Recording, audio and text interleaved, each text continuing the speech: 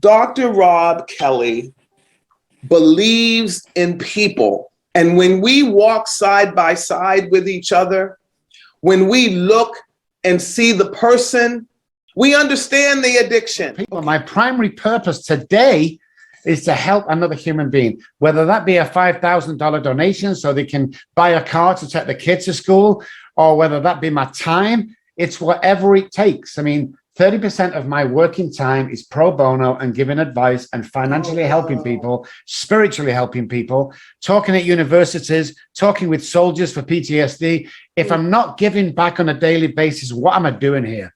And I'm very, very big on that because God got me off the street and there's loads of things happened to me on the way. I should have died hundreds of times, but he got me in this position in Texas and I asked him for a platform. I wanted a platform with millions of people on it so I can carry a message. And the last episode of The Doctors was 18 million people, you know? So as long as I'm giving back, as long as I do podcasts like this, I know I'm living my life. And I have a great saying.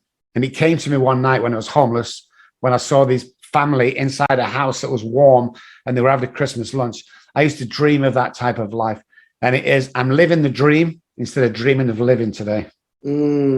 All of us have experienced some form of trauma, whether we remember it or not. Always. Because in my 20s, the trauma of things that I had experienced, not even in my family, just trauma itself inflicted for me from the society began to bubble up in me in a way where my addiction was just working. You know, it was an addiction where I had to have 2 and 3 jobs and I had to work. It was almost like I was saying I had to cleanse myself and be better than the afflicted trauma. The trauma for me, Dr. Robb, was a teacher in middle school who called me the N-word and told me that I would never amount to anything because nobody that is the N-word amounts to anything. And I remember that hit me like a knife. It was like the knife went and just ripped me. And as a little person, not really quite understanding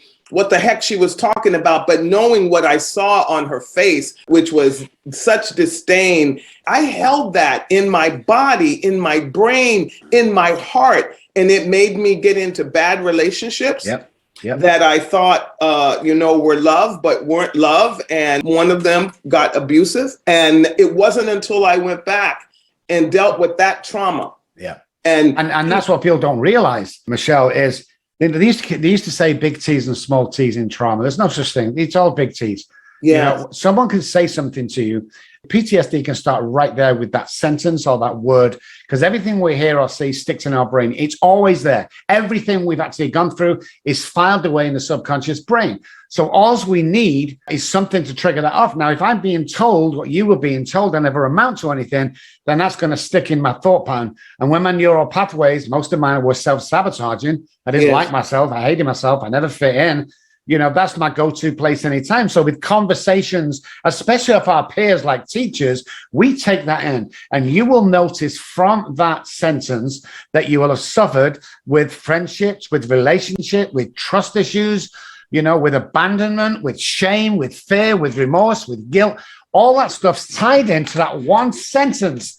This is all new brain science that I've been, I mean, it's I love it. I know, I love it. And I put myself up as the example so that you can explain to people that even at 64 years old, when I go into a meeting and all the people in the meeting don't look like me, I go back to that trauma. Yes, every time.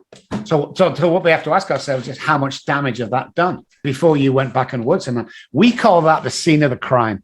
If you don't go back to, whether you're alcoholic or not, or just want to be a great person, if you don't go back to the scene of the crime and clear that stuff up, you will have trauma and PTSD for the rest of your life.